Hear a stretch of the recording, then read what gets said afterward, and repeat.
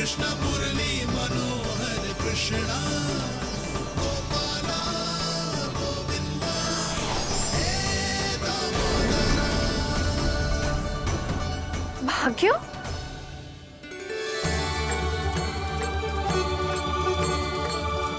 कान्हा, एक तो चोरी की और ऊपर से मूर्ख बना के भाग को। ये ठीक ना है।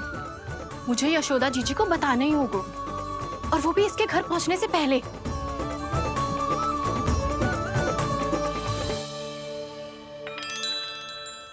अरे पल्लू मत खींच, तनिक रुक जा, दे रही हूँ, पूजा तो करने दे।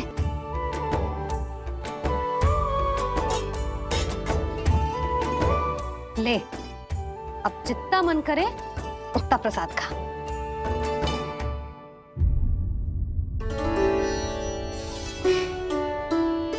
या तो मैं सच्ची बावली हो गई हूँ कि मुझे हर समय कान्हा दिखता रहता है, या फिर मेरा लल्ला कुछ अधिक ही विशेष है कि मेरे साथ ना होके भी सदैव अपनी मैया के साथ ही रहता है।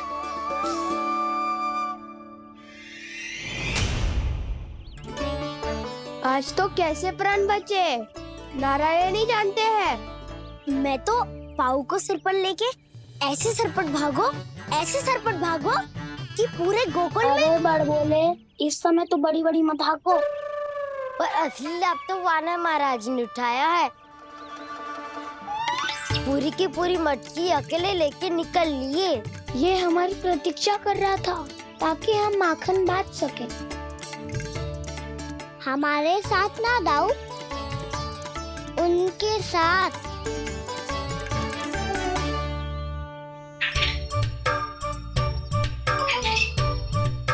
मैं समझ गो कान्हा, एक ना सभी जानवरों की भूख मिट जाए, इसलिए गया था तू सावित्री मौसी के यहाँ माखन चुराने। इससे पहले कि वो हमारे यहाँ पहुँच जाए, हमें घर पहुँचना होगा दाऊ। चाहे कछु हो जाए, पर देरी ना होनी चाहिए। इससे पहले के बहुत समय बीत जाए, हमें ये समझना होगा कि लोभ आदमी की बुद्धि को भ्रष्ट कर देता है, हमारे सोचने समझने की क्षमता को नष्ट कर देता है। बहुत समय पहले की बात, एक साधु था। वो सुनसान घने जंगल में रहकर साधना करता था। ब्रह्म ज्ञान को प्राप्त करने ही वाला था कि अचानक से एक दिन उसे एक सुनहरी बिल्ली दिखाई थी। उसने उसे देखो तो सोचो कि ये तो बहुत सुंदर है, इसे तो मेरे पास रहना चाहिए, और उसने उस बिल्ली को अपने पास रख लिया। फिर उसने सोचो कि इसे तो दूध की आवश्यकता होगी और उसके लिए गाय की, तो उसने एक गाय भी रख ली। अब गाय को चारे की आवश्यकता होगी और चारे के लिए भूमि की। नारायण की कृपा से भूमि का प्रबंध भी हो गया। अब भूमि को जोतनो है, चारा उगानो है, चारा काटनो है, और उसे गाय को खिलानो है। गाय को खिला के उसे दूध निकालनो है, और दूध निकाल के बिल्ली को पिलानो है। कार्य बढ़ गो। अब उसे लगो कि सहायता के लिए 2 जोड़ी हाथ और होने चाहिए, तो उसने विवाह भी कर लियो।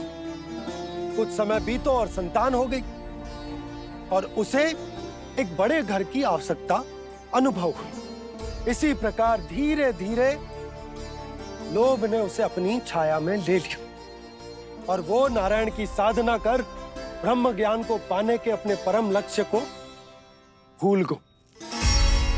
फिर अनेक वर्ष बीतने के पश्चात उसकी अपने गुरु से भेंट हुई। पहले तो उन्होंने उसे पहचाना नहीं, और पहचानो तो उनने कही कि एक बार, बस एक बार अपने कर्तव्य से भटका था तू, और देख कैसे देखते ही देखते लोभ के जंजाल में गहरे ही गहरे धंसता चला गया। सोचो, कहीं उस व्यापारी को धन के लोभ में अपना वचन देकर आप सब भी जे ही भूल तो ना करने जा रहे। परिवार, घर द्वार, भोजन, सुख शांति, जीने के लिए आवश्यक जिस सब कुछ तो है आपके पास, इसीलिए मुझे चिंता हो रही कि जिस प्रकार उस साधु ने ब्रह्म ज्ञान प्राप्ति का अवसर गवा दिया था, आप सब भी इस लोभ में आकर अपना सुख चैन ना गवा दो।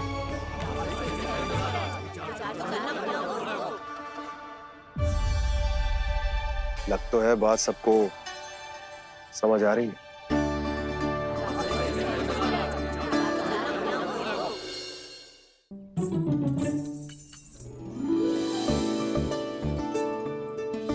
भाभी आसानी से ना मिलने देंगी कान्हा से, पर उसे देखे बिना रहा भी तो ना जा रहे हो मुझसे। कहाँ है वो? मुझ पे बहुत क्रोध है उन्हें। इतने शीघ्र शांत ना होगा, उन्हें मनाना तो पड़ेगा ताकि मैं नंद भवन में फिर से बिना किसी रोक टोक के आ जा सकूं। पर क्या बोलूं, कैसे मनाऊं उन्हें?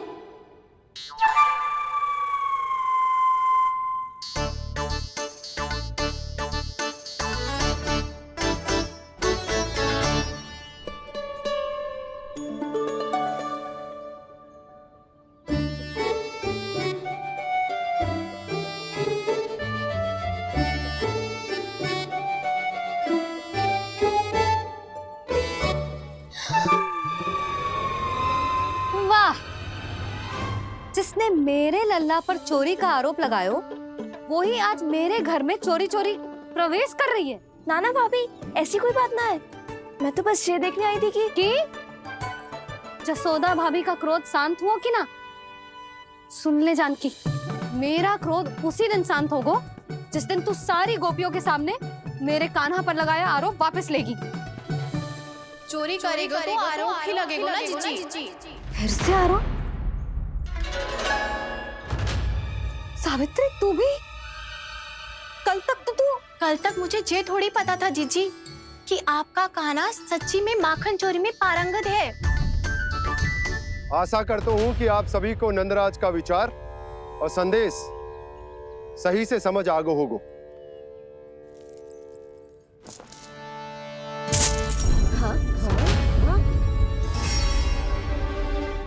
सिक्कों की खनक बता रही है कि पोटली कितनी भारी है। एक ही दिन में कितनों धन पा गई जे।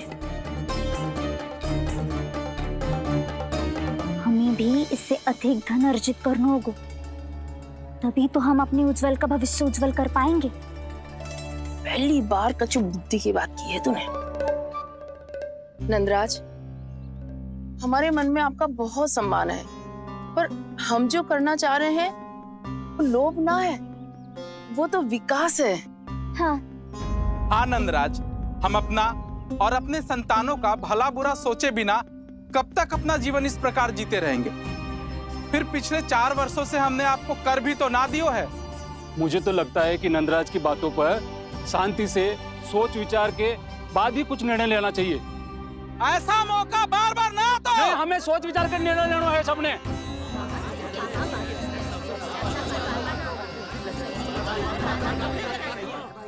चोरी में पारंगत? हाँ जीजी, उसने टोली बनाई है और उसका नाम भी रखा है चौर्य विद्या प्रसारण टोली, और आपका कान्हा उसका अध्यक्ष है। अच्छा, तो कान्हा पूरी टोली लेकर आया था चोरी करने तेरे घर? और नहीं तो क्या। पर एक बात बताऊं जीजी, मेरे बलदर को देखकर किसी का साहस ना हुआ भीतर जाने का, पर आपका कान्हा इतना साहसी है कि बिना भयभीत हुए इतने भयंकर बैल के निकट चले गए। सच्ची? और तेरे रक्षक बैल ने कुछ ना किया उसे? है ना अचरज की बात। क्रोध के स्थान पर वो तो उसके सामने ऐसे झुको जैसे कि प्रणाम कर रहा है। हैं? और जीजी, आपका कान्हा साहसी ही ना, बहुत चतुर भी है। मैंने मटकियां बहुत ऊपर लटकाई थी, पर बताओ कि बिना चौकी के मटकी को नीचे उतारने का उपाय किसने ढूंढा? किसने? आपके चतुर कान्हा ने।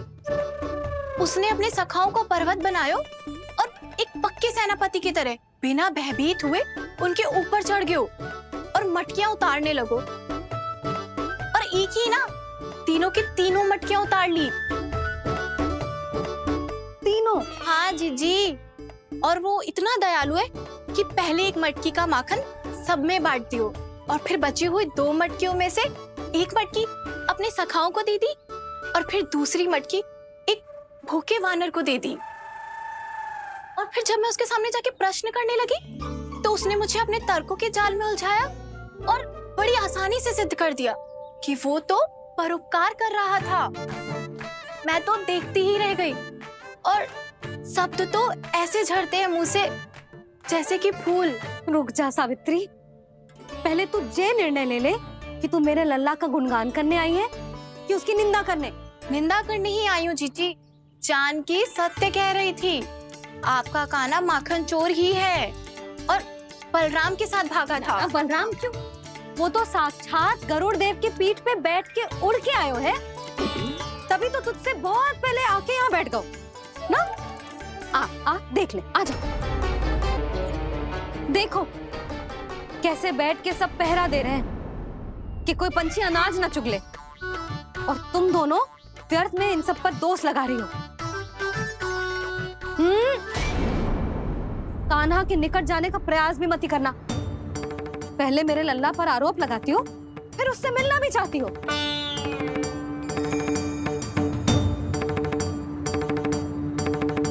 पर जीजी चोरी, अरे उसे तो चोरी का अर्थ भी ना पता होगा।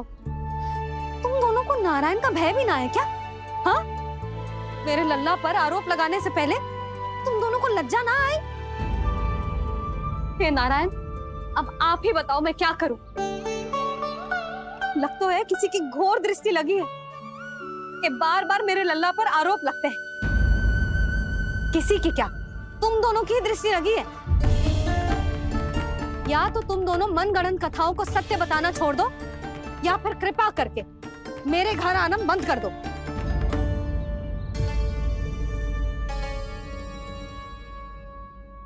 अब दोनों मुंह क्या ताक रही हो? हाँ, जाओ यहां से। और तुम दोनों नंद जी की सभा में क्यों ना गई? हाँ,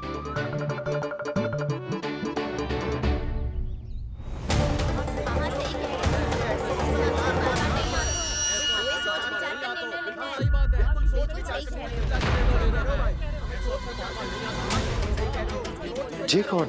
पहले तो कभी ना देखो इसे।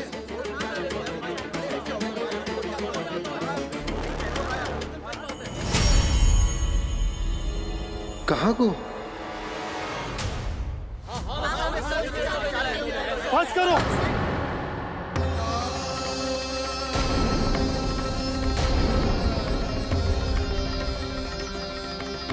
मेरी आंखों के सामने मैं गोकुल में इस तरह फूट पड़ते ना देख सकता। राजा हूं मैं, परंतु आज तक मैंने कोई भी निर्णय आप सब पर ना थोपो और ना ही आज थोपूंगा। मुझे पता है आप सबके पास कल सूर्यास्त तक को समय, इसीलिए मेरी विनती है कि आप घर जाकर रात्रि को इस बात पर पुनः विचार अवश्य कीजिएगा। सोचिएगा कि कोई भी व्यापारी अविश्वसनीय रूप से सस्ता क्रय विक्रय क्यों करेगा जब तक कि उसका कोई छुपा हुआ लाभ ना हो। हमें सोचना होगा कि कहीं हम उसके बिछाए जाल में फंस तो ना रहे।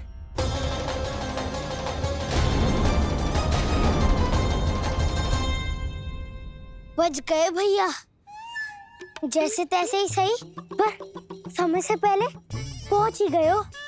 सावित्री मौसी तनिक सी बात को इतना बड़ा चढ़ा के बोल रही थी जितना उज्जवल भी ना बोलतो।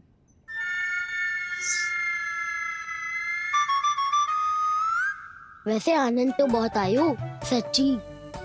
हाँ, बेहतर लगा तो माखन भी तो मिला और परोपकार भी होगा। बता कान्हा, और किसके घर जाना है अब? आज ही तो हमें शिक्षा मिली है। इतनी शीघ्र भूल गए तुम सब। लोग के चक्कर में पड़ोगे तो फंसोगे। लोग के चक्कर में पड़ोगे तो फंसोगे।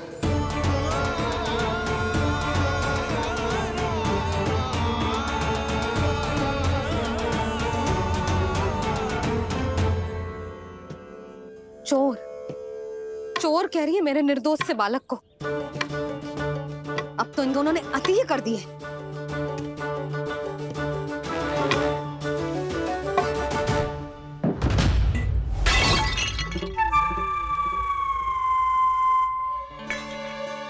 उसे भी अभी फूटना था।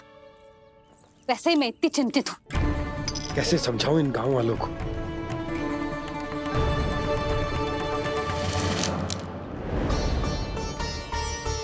कोई समझने को तैयार ही ना है। लगता है सबकी बुद्धि भ्रष्ट हो गई है। सही कह रही हो यशोदा तुम। मुझे तो लगता है कि सोचना समझना ही छोड़ दिया सबने। अनेकों तर्क देके समझा दियो, सिद्ध कर दियो, पर इनकी मोटी बुद्धि में कछु आता ही ना है। यशोदा तुम तो तर्क की कह रही हो, मैंने तो उदाहरण देकर समझाने को प्रयास किया, पर अपनी बुद्धि के आगे कछु ना समझ में आ रहा इन गांव वालों को।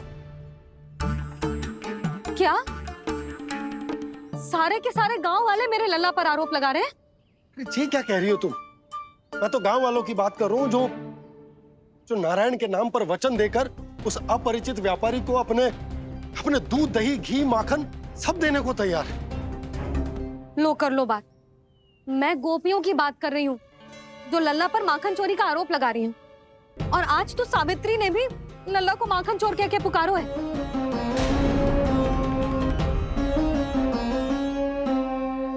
सावधान यशोदा, कहीं बड़ा होकर माखन चोर ना बन जाइए। अच्छा, ये सब आप छोड़ो। स्त्रियों की बात है, मैं संभाल लूंगी। आप ये बताओ, सभा में क्या हुआ? गोकुल में फूट पड़ गई यशोदा, लोभ की फूट।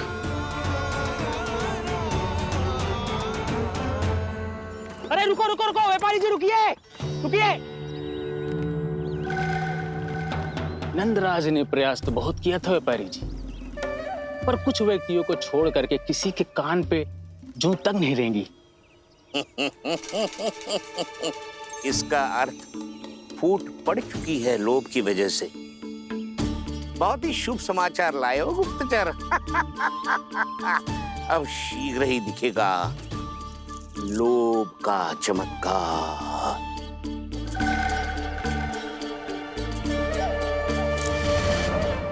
लोभ से बचने को जो पाठ हम कान्हा को पढ़ा रहे थे ना, आज वही पाठ मैं इन गांव वालों को समझाने में असमर्थ रहा। आप चिंता मत करो जी, धीरे धीरे सब ठीक हो जाएगा। तब तक बहुत देर हो जाएगी यशोदा। ये गोकुलवासी मेरे अपने, उन्हें अपनी आंखों के सामने मैं भूल करते ना देख सकता। वो सुलक्षणा, वो उस व्यापारी के प्रभाव में आ गए, और शंकरी मौसी और सुमति भी सुलक्षणा के मार्ग पर ही चल रही। कान खोल के सुन ले बहू, आज से घर में दूध पीनो बंद, दही खानो बंद और माखन तो बिल्कुल न खानो। पर मैया, पर किंतु परंतु कुछ ना सुननो मुझे। सुलक्षणा की जैसे धनवान बननो है कि ना?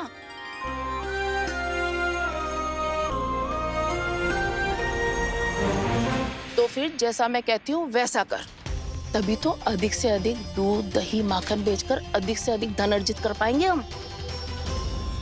सुलक्षणा को उस व्यापारी की तरह धनवान बनना है और शंकरी मौसी को सुलक्षणा की तरह। ऐसे तो पूरा गांव ही लोभ में पड़कर कल उस व्यापारी के पास पहुंच जाएगा। अब तो फिर स्त्रियों को मुझे अपने ढंग से समझाना पड़ेगा। अब गोकुल वासियों को चाहे कोई भी कितना भी समझा ले, बुझा ले, ज्ञान बांटे, उन्हें केवल एक ही भाषा समझ में आएगी, लोभ की भाषा। लगता है आपके पास बहुत उत्तम योजना है व्यापारी जी।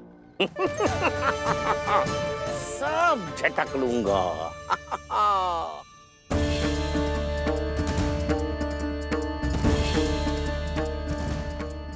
आपको क्या लगता है प्रभु, मैया के समझाने से गोपियाँ समझेंगी?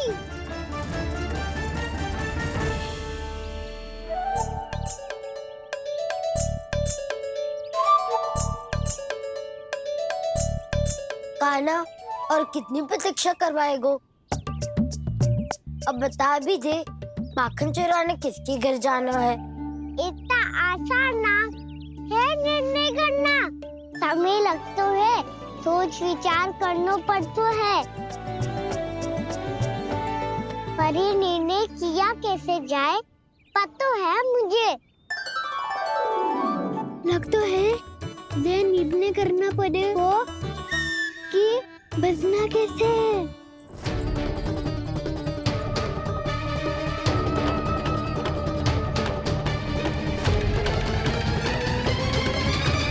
सावित्री मौसी ने हमारे चौरे विद्या प्रसारण के बारे में सबको बता दियो क्या?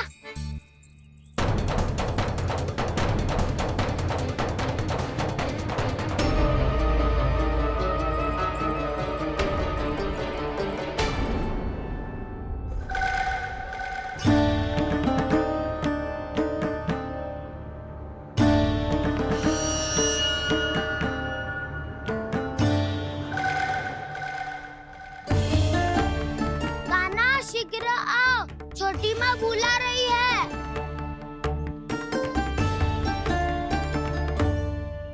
अब डांट भी पड़ेगी और कुटाई भी होगी। चौरे विद्या प्रसारण कल ही आरंभ हुआ था और आज ही समाप्त हो जाएगा। सब इतने गंभीर क्यों है आज? गंभीर तो होंगे ही ना दाऊ, क्योंकि मैया आज अच्छा वाला पाठ पढ़ाने वाली है।